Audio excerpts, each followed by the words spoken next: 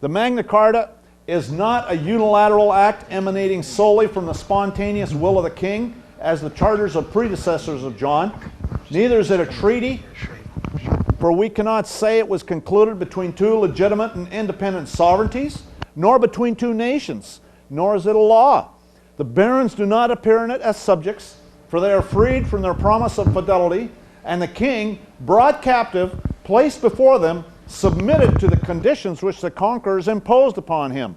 Magna Carta is therefore a contract, but resembles a treaty concluded between two nations, in that one of the parties, in virtue of the law of the war, can impose its will upon the other.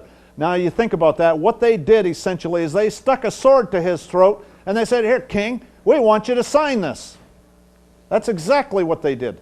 And that's when they were sovereign. And actually, I can show that this has been going on for thousands of years. And I've heard of Israeli court cases that talk about it going back to the Babylonian Empire.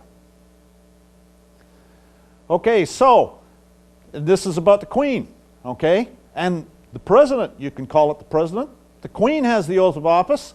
We, the people, owe no allegiance to the queen. The queen owes allegiance to the people. And that's what when I was in Canada, I was sending her stuff and I was telling her, I don't owe you allegiance. You owe me allegiance. Sure, she liked that. Now, there's two classes of citizenship, and we're going to talk about that, okay? And the same thing is in Canada as in the U.S. The cases are U.S. cases, but it's all over the place. The charter, there's a 1982 charter in Canada called, and it refers to citizens of Canada, okay? Well, in the U.S., we all know about U.S. citizens. The courts have told us the laws of Canada are federal laws, citizens of Canada are federal citizens. Canadians include state and provincial citizens, or federal citizens and provincial state citizens. A bunch of stuff out of their charter. It talks every citizen of Canada a whole bunch of times in their so-called Charter of Rights and Freedoms. Now, this is some court cases. There is in our political system a government of each of the several states and a government of the United States. Each is distinct from the other and has citizens of its own. One may be a citizen of a state and yet not a citizen of the United States. There is a clear distinction between national citizenship and state citizenship. Instead, this provision protects only those rights peculiar to being a citizen of the federal government. It does not protect those rights which relate to state citizenship. Citizenship of the United States does not entitle citizens to the privileges and immunities of citizens of the state, since the privileges of one are not the same as the other. Remember, a U.S. citizen of 14th Amendment, okay, talks about 14th, and we'll go into that. The privileges and immunities of citizens of the United States do not necessarily include all the rights protected by the first 8 amendments to the federal Constitution against the powers of the federal government. Okay, so U.S. citizens don't have access to the first 8 amendments against the powers of the federal government. That's what they're saying. I don't know if you want to be a U.S. citizen, but I tell them in no uncertain terms, I'm not one of your low-life scumbag U.S. citizens. The only absolute and unqualified right of a U.S. citizen is to residence within the territorial boundaries of the United States. So the U.S. citizen's a slave. Same thing with a citizen of Canada, okay? But you can be a citizen of Alberta or a citizen of Texas.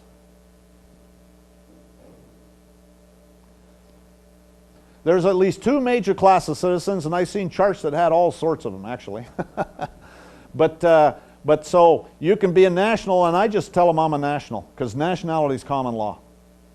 American national, or a Canadian national. I have dual, actually. Citizenship is part of a political community. This is taken from the U.S. passport application. They know all about it. You go to the U.S. passport application, it talks about a non-citizen national.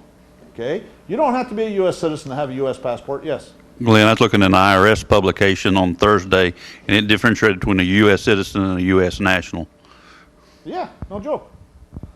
There is major differences. Is he going on the web? Is he getting on the webinar? No, he's not. Okay. Yeah.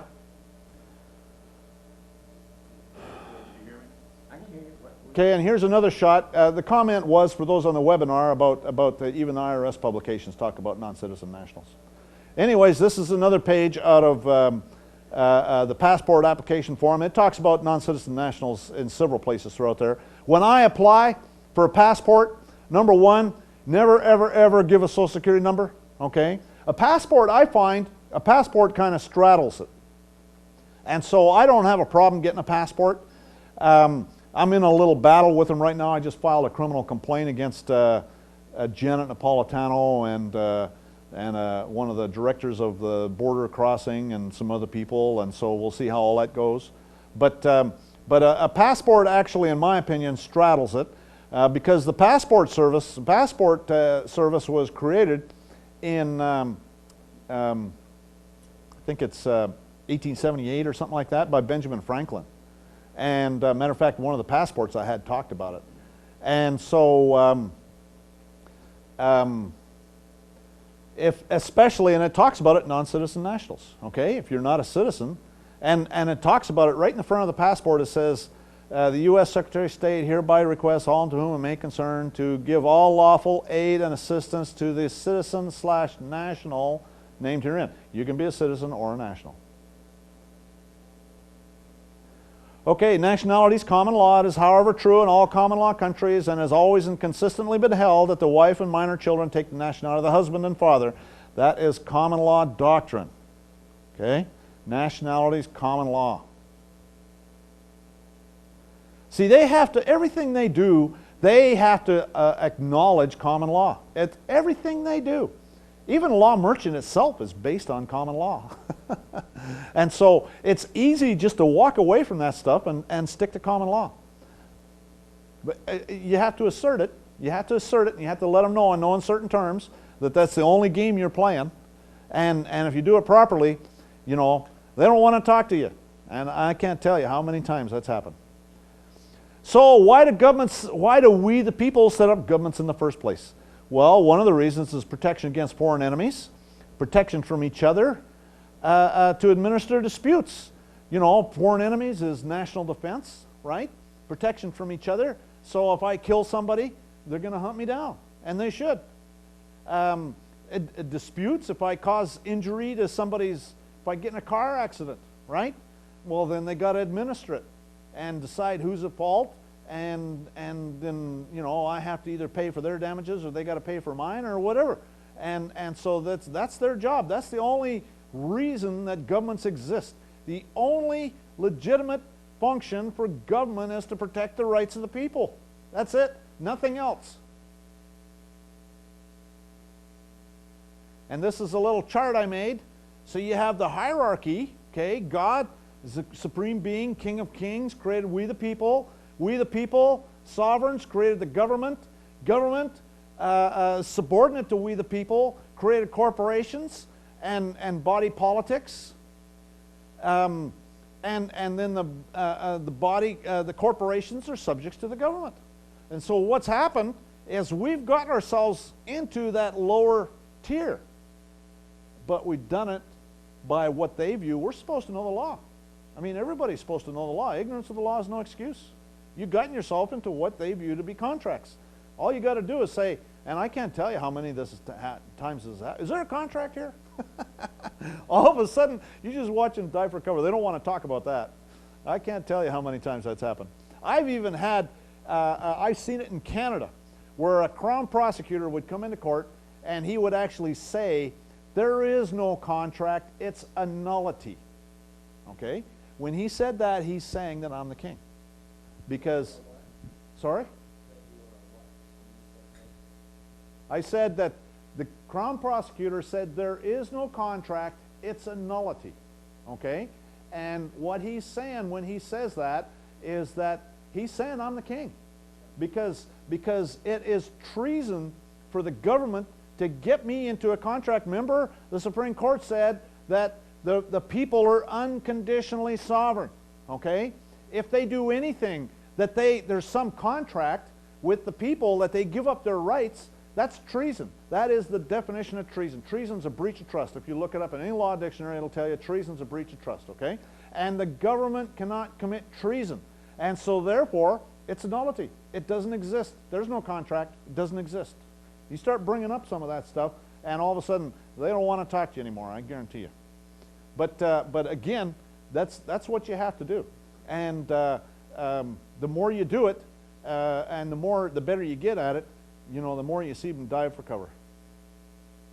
Because what you're essentially doing is the government cannot commit treason, but individuals in the government can. Okay? And that's called perjury of oath, treason, sedition. Okay? Now, sedition, you think about it, sedition is making war against the government, right? Well, my government's defined by common law. My government is defined by common law and essentially the Magna Carta, okay?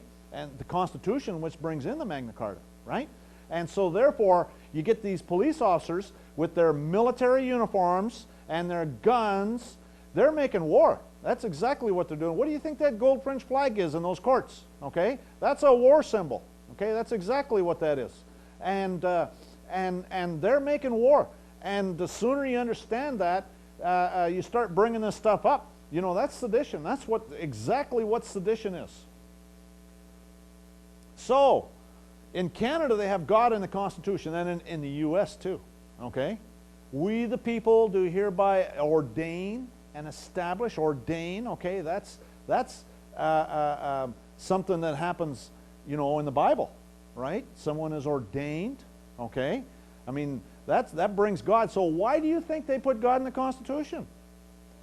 It's because if our rights come from God, only God can take them away. And invariably, I don't see it happen here too often, but in Canada, the Communist Party, I meant the New Democratic Party, they go around every once in a while and they say, we need to take God out of the Constitution. Well, of course they do. They want it taken out because actually, if you're one of the people, it doesn't mean a hill of beans because the Queen in Canada still has an oath of office, and the Queen has an oath that says that she protects your right to your religious freedom, basically. And so first of all, she would never allow it to happen. But if it did, it wouldn't mean anything anyways, because again, I can show you court cases that say that there's nothing the government can do to affect the people. There is absolutely nothing they can do to affect you and me. Absolutely nothing. Well, they do. Well, but it's because they think they got you in a contract. That's why. So if they do, then they think they have you in a contract. And you need to defeat that. You need to put them in a position to where they don't want to talk to you anymore. They got every elementary kids, in school in a contract. Well, it's all a fraud, okay? And the